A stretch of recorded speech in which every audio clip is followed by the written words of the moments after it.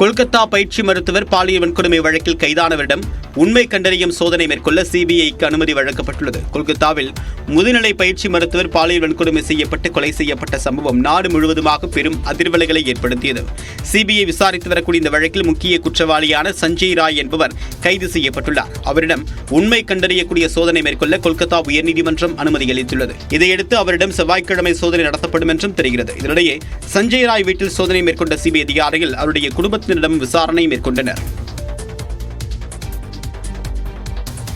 பாஜக மற்றும் திமுக இடையிலான ரகசிய கூட்டணி வெளிச்சத்திற்கு வந்ததாக எதிர்க்கட்சித் தலைவர் எடப்பாடி பழனிசாமி கூறிய நிலையில் பாஜகவுடன் ரகசிய கூட்டணி வைக்க வேண்டிய அவசியம் திமுகவிற்கு இல்லை என முதலமைச்சர் மு க ஸ்டாலின் கூறியுள்ளார். திரு கருணாநிதி அவர்களுடைய 100ஆண்டு விழாவை கொண்டாட வேண்டும் என்பது அவருடைய விருப்பம். 100 ரூபாய் நாணயம் வெளியிடுவது அவருடைய விருப்பம். ஆனால் வெளியிடுவது யார் என்றுதான் கேள்வி. ஏன் திரு ராகுல் காந்தி கூட்டு வந்து இதை வெளியிட்டுக்கலாம்ல? இதிலிருந்து திராவிட முன்னேற்ற கழகம் பாரதிய ஜனதாவும் ரகசிய உறவு இருப்பது வெட்ட வெளிச்சமாகிறது. நாங்கெல்லாம் ரகசிய உறவுலாம் வச்சுக்க வேண்டிய அவசியமே இல்லை. அம்மையார் இந்திரா காந்தி அவர்களை சொன்னாங்க, கலைஞரை பொறுத்த வரைக்கும் திமுக பொறுத்த வரைக்கும் எதிர்த்தாலும் கொள்கையோடு எதிர்ப்பார், ஆதரிச்சாலும் கொள்கையோடு ஆதரிப்பார் என்று சொல்லியிருக்கிறார். அதே போன்னே போதுங்கிறது. ஏன் ராகுல் காந்தி அழைக்கல? ஐயா எதிர்க்கட்சி தலைவர் அவர்களே, மாண்புமிகு எடப்பாடி பழனிசாமி அவர்களே, இந்த நிகழ்ச்சி திமுக நடத்தல. அந்த நிகழ்ச்சியை நடத்தினது ஒன்றிய அரசு. அது ஒன்றிய அரசினுடைய நிகழ்ச்சி. அதை முதல்ல புரிஞ்சுக்கணும். ஆக அந்த அடிப்படையில் தான் அந்த நிகழ்ச்சி நடந்தது. கருணாநிதியின் 100ஆண்டு நினைவு நாணயத்தில் ஹிந்தி வார்த்தை இடம்பெற்றிருப்பது குறித்து எதிர்க்கட்சித் தலைவர் எடப்பாடி பழனிசாமி விமர்சித்த நிலையில் அண்ணாவிற்கு பிறகு கலைஞரின் நாணயத்தில்தான் தமிழ் வார்த்தைகள் பொறிக்கப்பட்டிருப்பதாக முதலமைச்சர் மு க ஸ்டாலின் பதிலடி தந்துள்ளார். அந்த நாணயம் வெளியிடுகின்ற பொழுது அது இந்தியில் வரும்னு அவருக்கு தெரியும். அதுக்கு உடன்பட்டு தான் அந்த நாணயத்தை வெளியிடுறார்.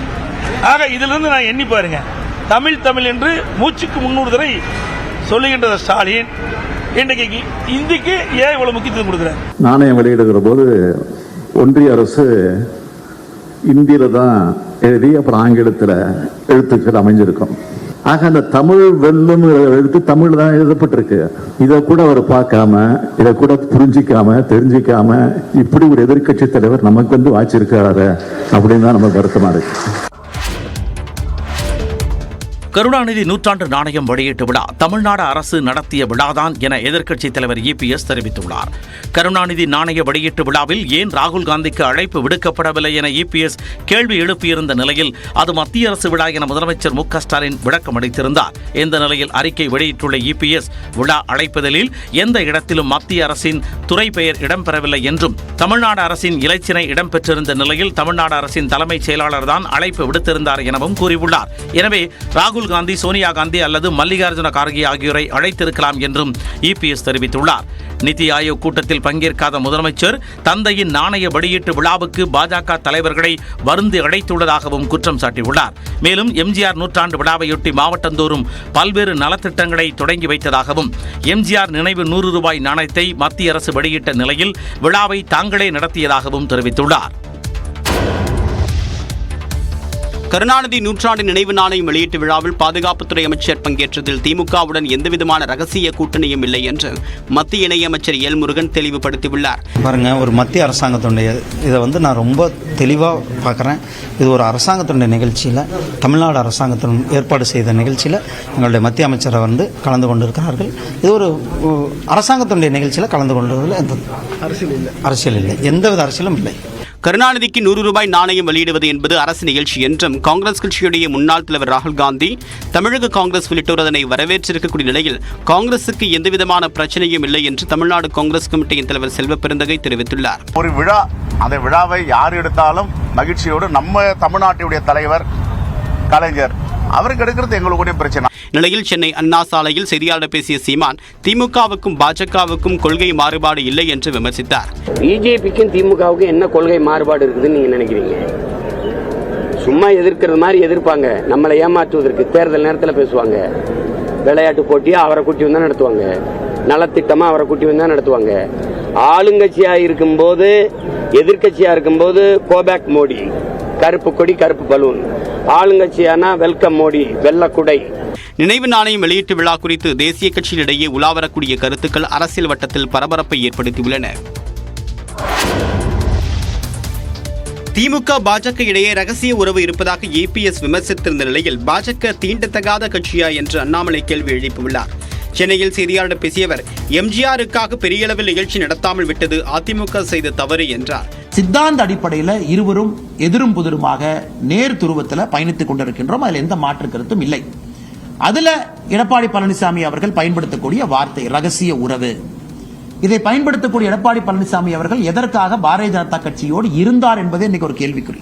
அரசியல் லாப நஷ்ட கணக்குக்காக மத்திய அரசையும் பாரதிய ஜனதா கட்சியும் குறை கூறுவது எந்த விதத்தில் அரசியல் நாகரிகமாக தமிழக மக்கள் பார்க்கிறார்.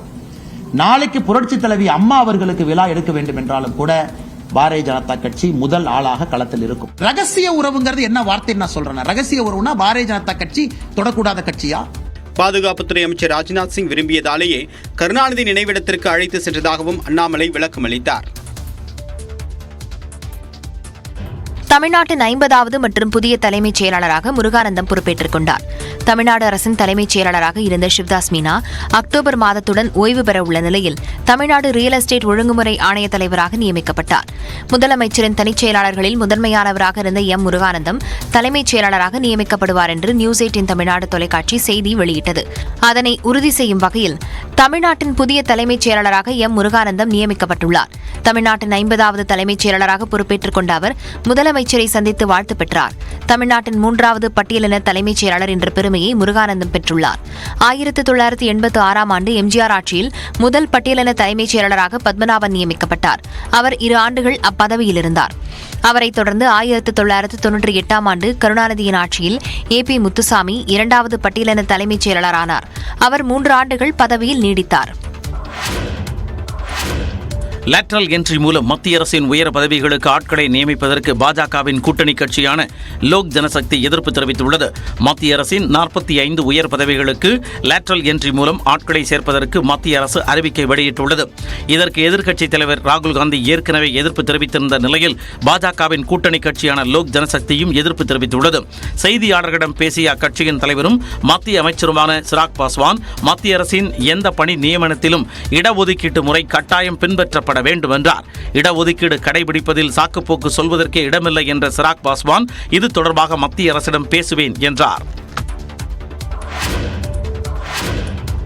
மத்திய அரசின் உயர் பதவிகளில் லேட்டரல் என்ட்ரி மூலமாக ஆட்கள் நியமிக்கப்படுவதை எதிர்த்து வருகின்ற 24ஆம் தேதி ஆர்ப்பாட்டம் நடத்தப்படும் என்று திராவிடர் கழக தலைவர் கி வீரமணி தெரிவித்துள்ளார்.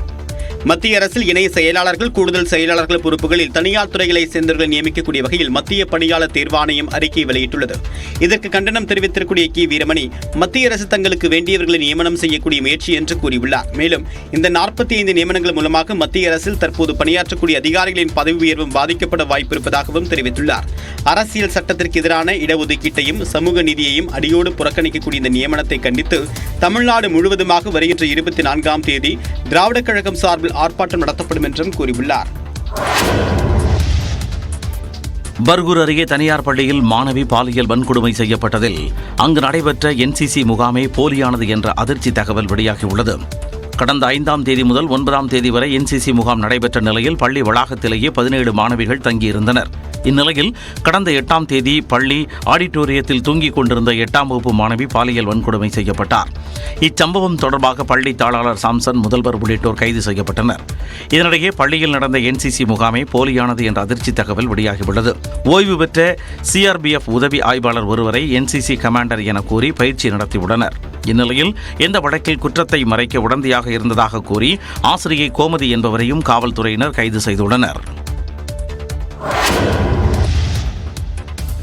கிருஷ்ணகிரி என்சிசி முகாமில் நடைபெற்ற விதிமீறல் தொடர்பாக பள்ளி நிர்வாகத்திடம் விசாரணை மேற்கொள்ளப்படும் என மாவட்ட ஆட்சியர் சரையு தெரிவித்துள்ளார். முகாமில் கலந்து கொண்ட அனைத்து மாணவிகளுக்கும் கவுன்சிலிங் வழங்கப்பட்டு வருவதாகவும் அவர் கூறினார்.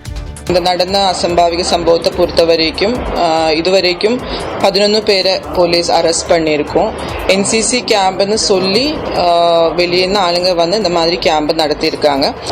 இந்த குழந்தைகளுக்கு அவங்களுக்கு டிஸ்ட்ரிக்ட் சைல்ட் ப்ரொடெக்ஷன் யூனிட் மூலமாக அவங்கக்கிட்ட என்கொயரி பண்ணி அவங்களுக்கு தேவையான கவுன்சிலிங்கும் சைக்காலஜிக்கல் சப்போர்ட்டும் நாங்கள் கொடுத்துட்டு இருக்கிறோம். இப்போ எஜுகேஷன் டிபார்ட்மெண்ட் மூலமாக நேற்றுலேருந்தே அங்கே என்கொயரி நடைபெற்று வருகிறது.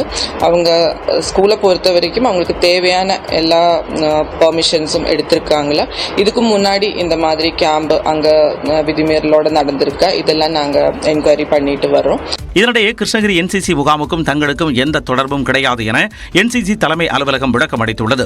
கிருஷ்ணகிரி மாவட்டத்தில் தேசிய மாணவர் படையில் பதிவு செய்த எந்த ஒரு மையமும் பயிற்சி முகாமை நடத்தவில்லை என்றும் கூறப்பட்டுள்ளது. மேலும் சிறுமி பாலியல் சம்பவத்தில் தொடர்புடைய யாரும் என்சிசியில் உறுப்பினர்களாக இல்லை என்றும் விளக்கம் அளிக்கப்பட்டுள்ளது.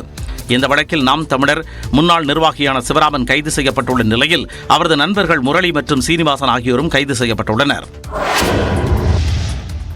தஞ்சை மாவட்டத்தில் இளம்பெண் கூட்டு பாலியல் வன்கொடுமை செய்த விவகாரத்தில் பெண் காவல் உதவி ஆய்வாளர் பணியிடை நீக்கம் செய்யப்பட்டுள்ளார். கடந்த 12ஆம் தேதி 22 வயதுடைய பெண்ணை அவரது காதலன் கவிதாசன் உள்ளிட்டோர் கூட்டு பாலியல் வன்கொடுமை செய்த சம்பவம் அதிர்ச்சியை ஏற்படுத்தியது. கவிதாசன், 17 வயது சிறுவன் உள்ளிட்ட 4 பேர் கைது செய்யப்பட்டனர். இளம்பெண் கூட்டு பாலியல் வன்கொடுமை செய்யப்பட்ட விவகாரத்தில் வழக்கு பதிவு செய்யாமலும் உயரதிகாரிகளுக்கு தகவல் தெரிவிக்காமலும் பாப்பநாடு பெண் காவல் உதவி ஆய்வாளர் இருந்ததாக புகார் எழுந்தது. இதையடுத்து பெண் காவல் உதவி ஆய்வாளர் சூர்யாவை பணியிடை நீக்கம் செய்து தஞ்சாவூர் சரக காவல் துணைத் தலைவர் ஜியாவுல் ஹக் உத்தரவிட்டுள்ளார். கொல்கத்தா பயிற்சி மருத்துவர் பாலியல் வன்கொடுமை வழக்கில் கைதானவரிடம் உண்மை கண்டறியும் சோதனை மேற்கொள்ள சிபிஐக்கு அனுமதி வழங்கப்பட்டுள்ளது. கொல்கத்தாவில் முதுநிலை பயிற்சி மருத்துவர் பாலியல் வன்கொடுமை செய்யப்பட்டு கொலை செய்யப்பட்ட சம்பவம் நாடு முழுவதுமாக பெரும் அதிர்வலைகளை ஏற்படுத்தியது.